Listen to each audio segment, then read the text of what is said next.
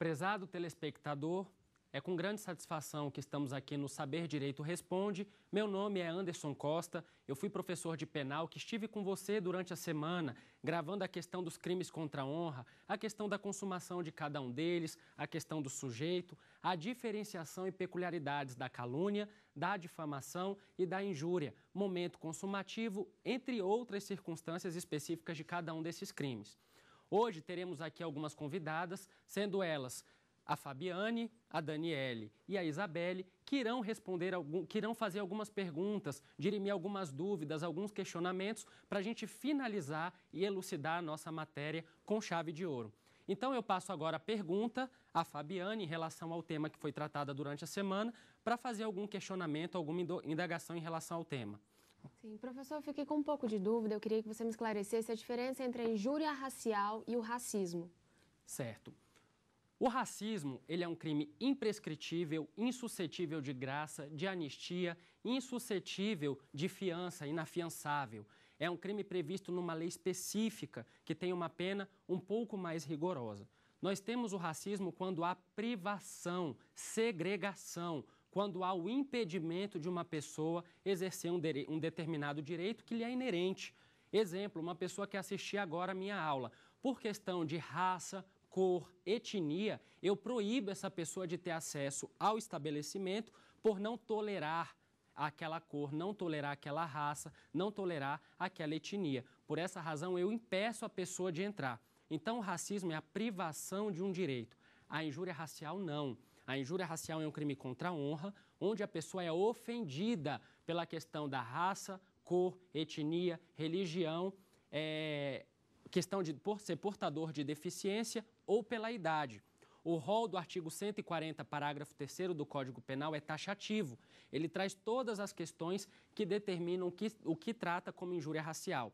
A injúria racial, diferente do racismo, é um crime de ação penal pública condicionada à representação. O racismo é de ação penal pública incondicionada.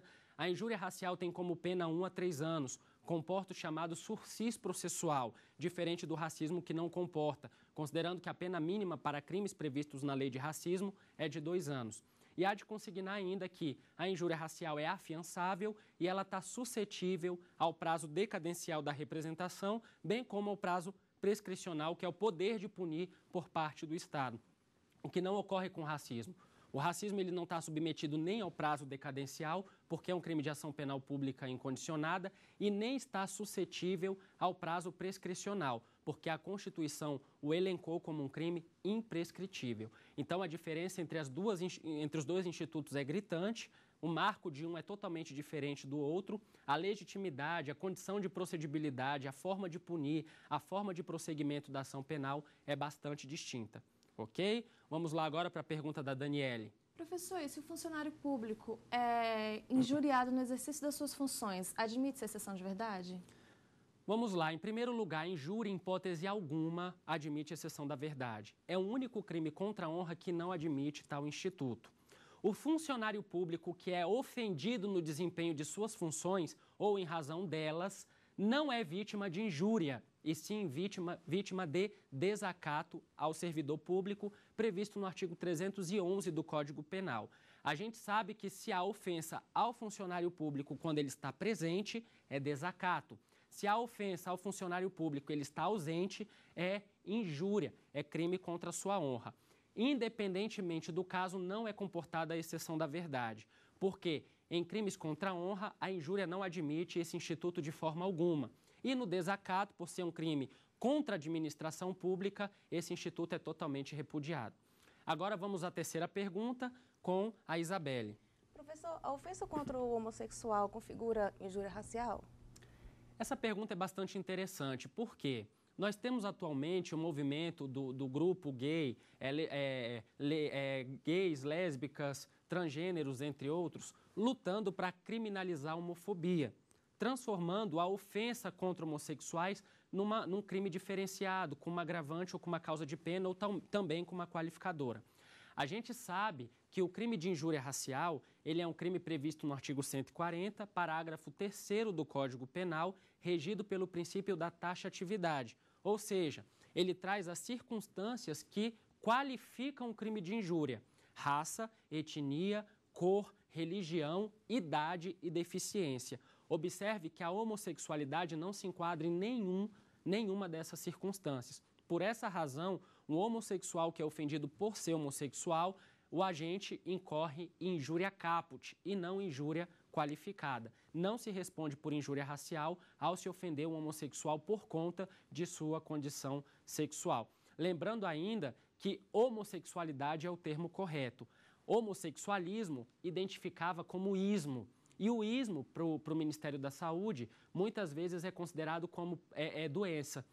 Considerando que a homossexualidade hoje não trata mais da questão da doença, a homossexualidade é uma condição específica do ser humano que tem relações com pessoas do mesmo sexo, ou mulher que se relaciona com mulher, homem com homem, nós não temos mais a questão da homossexualidade qualificando a injúria. Então, ofender um homossexual por sua condição sexual constitui, na verdade, injúria simples e não injúria racial. Próxima pergunta, Fabielle. Sim, eu queria saber também a respeito de um deficiente na injúria racial. Se uma pessoa ofende um deficiente chamando, por exemplo, de burro, essa ofensa ela pode configurar injúria racial por ser um deficiente ou não? Temos que observar o dolo do agente. O dolo na injúria é ofender a dignidade ou decoro de determinada pessoa. Se o objetivo do agente é ofender um deficiente porque ele é deficiente, exaltando a sua deficiência como algo pejorativo, querendo humilhar, querendo denegrir, querendo maltratar a pessoa por conta da deficiência, sim, trata-se de injúria racial. Agora a pessoa é deficiente, eu me dirijo até a ela chamando ela de burra, sendo que a deficiência dela é porque ela não consegue andar. Não se trata de injúria racial. Em que pese ele ser deficiente, a ofensa não foi por conta da deficiência. A circunstância que autoriza a injúria racial tem que ser relevada, ela tem que ser a causa da injúria. Então, se eu chamo um idoso de um velho caquético que não serve para nada, eu estou ressaltando a condição de idoso, eu estou ofendendo ele por ele ser idoso, injúria racial. Agora, se a pessoa é idosa e eu chamo ela de outra, falo que essa pessoa é feia, não por ser idosa, mas porque eu não acho ela uma pessoa bonita, não é injúria racial. Eu não estou ofendendo o idoso por ele ser idoso. Eu estou falando que é uma pessoa feia. Então, por essa circunstância, eu incorro na injúria simples e não na injúria racial. Só se constitui injúria racial quando a ofensa é dirigida exclusivamente àquela circunstância, àquela característica prevista no parágrafo 3º do artigo 140 do Código Penal. Certo? Vamos lá então, Daniele, próxima pergunta. Qual é o tipo de ação penal em cada um dos crimes estudados? Vamos lá. A regra da ação penal nos crimes contra a honra é que todos se procedem mediante queixa, ou seja, todos os crimes contra a honra, em regra, se procedem mediante ação penal privada, num prazo decadencial de 6 meses, contados do conhecimento da autoria. Entretanto, algumas exceções têm que ser relevadas. Quais são elas? A primeira, se o crime é contra a honra de funcionário público no desempenho das funções. Neste caso, estamos diante de um crime de ação penal pública condicionada à representação. Mas há a possibilidade também do funcionário ingressar com a queixa-crime. É a chamada legitimidade concorrente. Quando é contra a honra do presidente da República ou chefe de governo estrangeiro, nós temos um crime condicionado à requisição do ministro da Justiça. Então, neste caso, nós também temos uma exceção. E a injúria real, quando resulta lesão corporal, ela se torna pública incondicionada. E a injúria racial, que é aquela prevista no 140, parágrafo 3º, ela se torna pública condicionada à representação do ofendido. A capitulação das ações penais relativas aos crimes contra a honra encontra-se sedimentada no artigo 145 do Código Penal, que trata das disposições incomuns atinentes a cada um desses crimes. Ok? Próxima pergunta. A pessoa jurídica pode sofrer injúria? Pessoa jurídica pode sofrer injúria? Não. Por quê? A injúria é um crime que afronta a honra subjetiva, amor próprio, dignidade, decoro.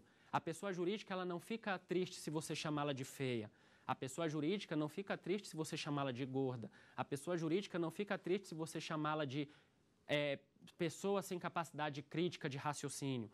A pessoa jurídica ela não tem honra subjetiva. Por essa razão, ela não pode ser sujeito passivo do crime de injúria. A pessoa jurídica tem honra objetiva. então ela pode ser sujeito passivo do crime de difamação, e há uma corrente doutrinária que diz que pelo fato da pessoa jurídica cometer crimes ambientais, ela pode ser sujeito passivo também do crime de calúnia. Quando? Quando eu sei que é falso o fato que eu estou imputando, esse fato é definido como crime e eu estou dizendo que a pessoa jurídica o cometeu, sabendo que não cometeu. Vamos para a próxima pergunta, Fabiane. Esses crimes, eles comportam a tentativa? Bem, os crimes contra a honra comportam tentativa? Os crimes contra a honra, eles são formais e são crimes unissubsistentes. O que isso quer dizer? No direito penal, a gente tem chamado iter criminis, que são as fases para se consumar um crime: a cognição, preparação e execução. Os crimes contra a honra, eles são todos consumados com uma única atitude, com uma única conduta, com um único ato. Não tem como eu tentar injuriar. Ou eu injurio, ou eu não injurio. Não tem como eu tentar xingar alguém, porque o que está na minha esfera íntima não pode ser objeto de punição. Então, se eu estou pensando em xingar uma pessoa, o Estado não pode invadir o meu pensamento e me punir por uma tentativa de injúria. Considerando essa situação, ou eu xingo, ou eu não xingo. É um crime em que se pune o mero ato de ofender. Por essa razão, em regra, os crimes contra a honra, eles são unissubsistentes e não admitem tentativa. Entretanto, na forma escrita, a tentativa é possível. Exemplo, eu quero ofender uma pessoa, escrevo uma carta para ela, envio a carta para ofendê-la. Essa carta é interceptada por um terceiro. A injúria se consuma somente quando a vítima toma conhecimento do fato injurioso. Se um terceiro intercepta essa carta, posso afirmar categoricamente que eu não consumei a injúria por circunstâncias alheias à minha vontade. Um terceiro interceptou essa carta. Por essa razão, eu respondo sim por tentativa de injúria. A regra é que a tentativa não é admissível. Pode-se dizer que ela é admissível na forma escrita. Certo? Próxima pergunta. Quando pode ocorrer o pedido de explicação em juízo? O pedido de explicações em juízo, consubstanciado no artigo 144 do Código Penal, ele é claro. Ele diz que antes do recebimento da ação penal, o querelante, ele pode pedir explicações em juízo. Ou seja, a pessoa é chamada até lá para explicar o porquê que ela disse aquilo, o porquê que ela fez aqueles comentários, o porquê, qual o ânimos e a intenção dela. Se o juiz entender que essas explicações são plausíveis, são interessantes, são realmente condizentes, ele não dá prosseguimento à ação penal, ela sequer é iniciada. Agora, se o juiz entender que elas são insatisfatórias, que elas não são abarcadas pelo entendimento de que aquilo ali é legítimo, ou se a pessoa se recusa a dar, ele recebe a queixa e dá início à ação penal. Pessoal, é uma grande satisfação estar com vocês agora, mas a gente vai dar um intervalinho para daqui a pouco a gente voltar no Saber Direito Responde para concluir algumas perguntas em relação ao nosso curso de crimes contra a honra. Até breve!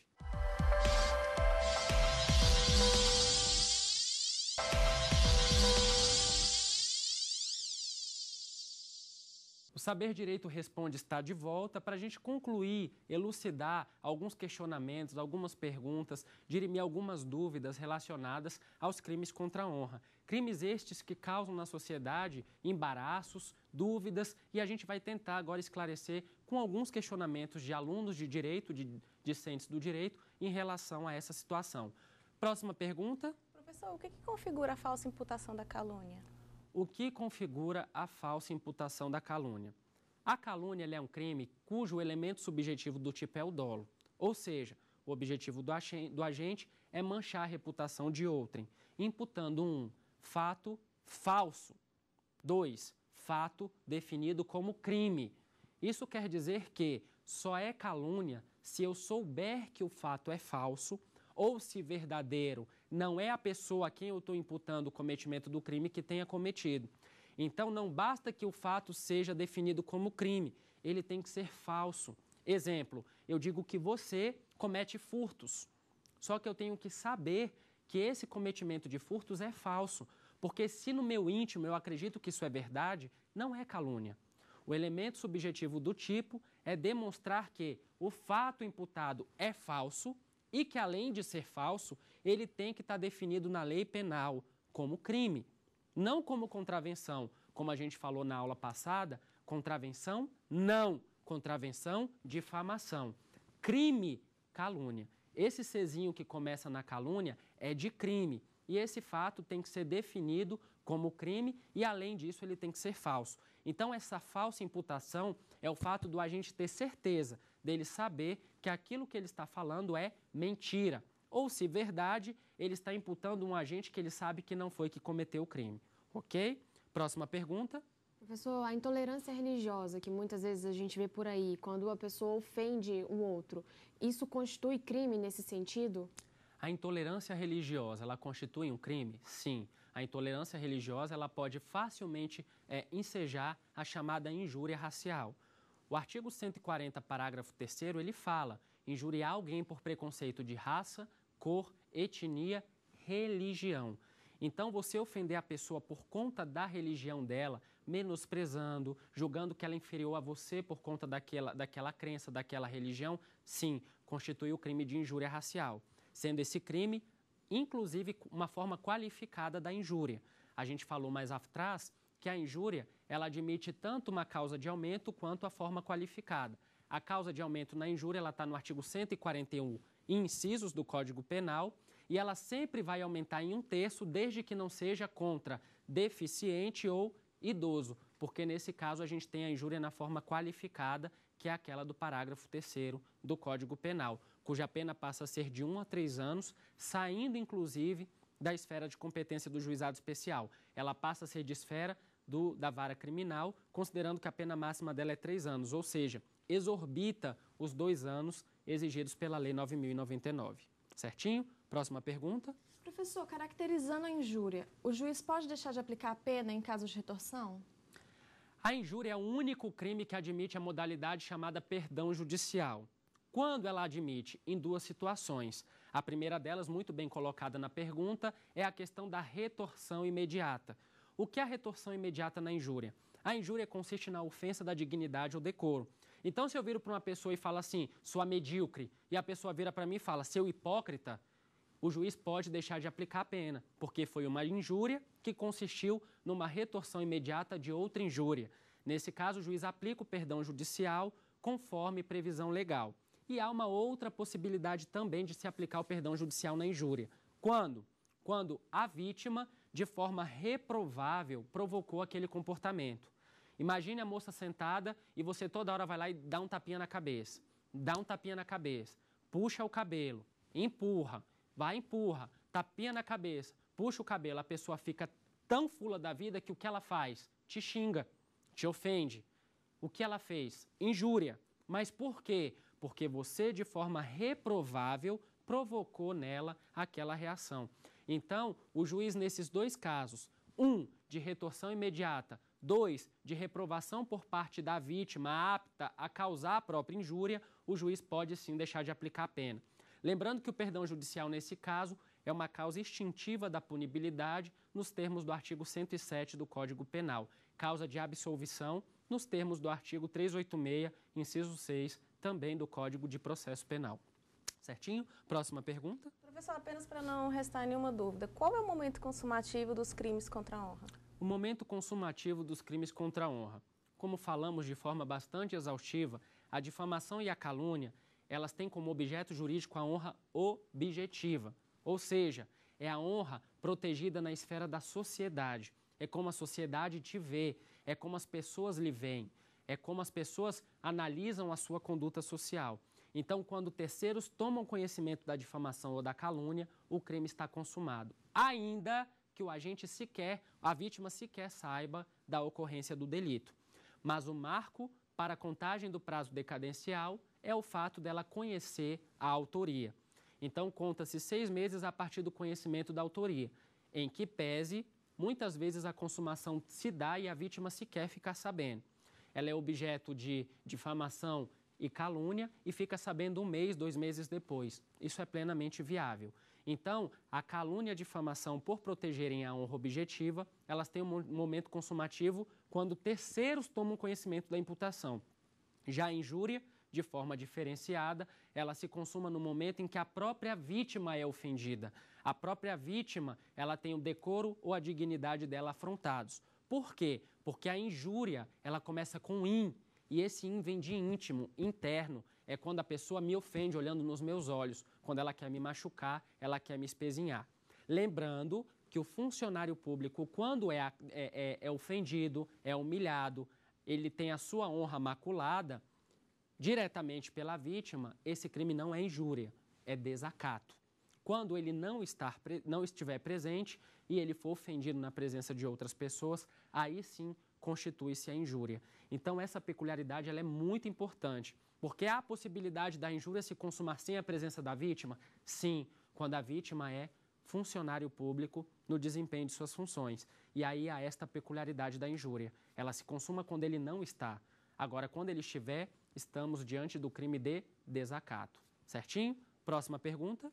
Quando o agente está fazendo uma brincadeira e ele faz uma piada com a pessoa, essa conduta ela pode configurar uma difamação ou uma injúria, por exemplo?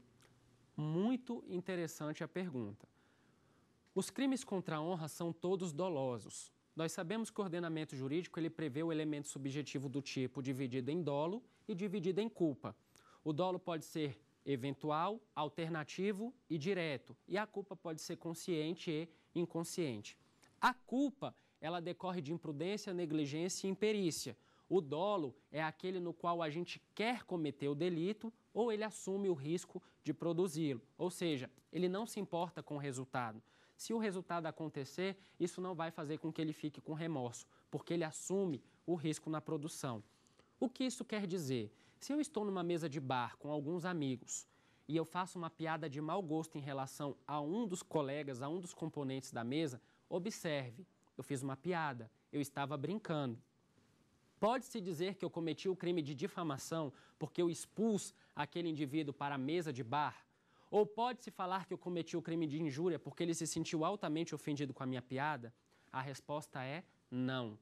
Pode-se considerar nesse caso que eu fui imprudente, porque eu não podia fazer aquela piada de mau gosto. Eu podia ofender a pessoa, mas observe que eu agi com imprudência por ter falado algo que eu não deveria ter falado. Mas o meu objetivo não foi magoá-lo, o meu objetivo não foi humilhá-lo, foi fazer uma brincadeira de péssimo gosto para parecer engraçado, apesar de não ser nada engraçado, porque eu acabei ofendendo uma pessoa. Em que pese eu ter ofendido essa pessoa, eu não posso dizer que eu pratiquei o crime de injúria nem difamação. Por quê? Porque o objetivo não era esse.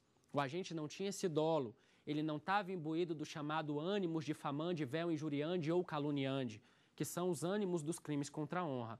Ânimos difamandi, vontade de difamar, vontade de sujar a honra da pessoa. Ânimos injuriandi, vontade de humilhar, vontade de ofender. E ânimos caluniandi, vontade de denegrir a imagem daquele indivíduo. Observe que a pergunta foi taxativa, numa piada, numa brincadeira. O chamado ânimo jocandi, ele afasta a tipicidade da conduta. Ele transforma a conduta num fato atípico, porque o crime ele só se consubstancia, no caso de crime contra a honra, quando há o dolo. Certinho? Próxima pergunta. Em relação a esses crimes, qual que não admite a retratação? A retratação não é admissível na injúria. Por quê? Primeiro, porque o Código é taxativo em dizer que comporta a retratação somente a difamação e a calúnia. E por uma questão óbvia, a retratação é a pessoa ir pedir desculpas em juízo e ele comporta na injúria, na difamação e na calúnia porque afrontou a honra objetiva. A vítima não estava lá. Agora, se o cara chegou para mim, me ofendeu, me humilhou, me espezinhou e ele pede desculpa para o juiz, isso está errado. Ele tem que pedir para mim e eu tenho que decidir se vou aceitar ou não. Lembrando que a retratação na calúnia e na difamação são atos unilaterais, independem da vontade do querelante. Já na injúria, isso não acontece, porque ele foi ofendido, ele foi humilhado. Próxima pergunta. Professor, se eu sofrer um crime de calúnia, quais são os meios que eu devo adotar na busca do meu direito? Sofrendo um crime de calúnia, quais os meios que se devem adotar em busca de um direito? Primeiramente, você vai se dirigir à delegacia num prazo decadencial de 6 meses para fazer um termo circunstanciado. Lembrando que esse prazo ele abarca o tempo para você ingressar com a ação penal. Então você vai à delegacia, faz o termo circunstanciado, que é um procedimento administrativo para apurar crimes de menor potencial ofensivo. Posteriormente você contrata um advogado ou vai até uma defensoria pública para que se ingresse com a chamada ação penal privada, também conhecida por queixa-crime. Essa peça tem que ser exercida num prazo de 6 meses, contados do conhecimento da autoria. Lembrando que esse prazo é decadencial. Conta-se o dia do início e exclui-se o dia do final. Se o último dia de prazo cai num domingo, você tem que ingressar com a ação penal até sexta-feira, porque senão o seu direito de exercer a ação decaiu. E aí o agente ele vai ficar impune porque não há mais o que fazer, ok? Você perdeu o direito de movimentar o judiciário para ingressar com a possibilidade de jus puniendi.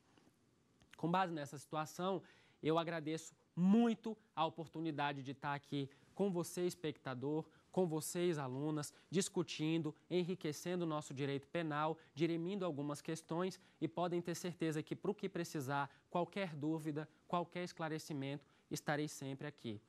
Eu agradeço em nome do Saber Direito a possibilidade de estar aqui debatendo com você e sempre é uma honra poder enriquecer o nosso conhecimento jurídico. Um grande abraço, fiquem com Deus. Tem dúvida sobre o assunto? Mande um e-mail para nós, saberdireito@stf.jus.br. Você também pode estudar pela internet, é só acessar o site www.tvjustiça.jus.br.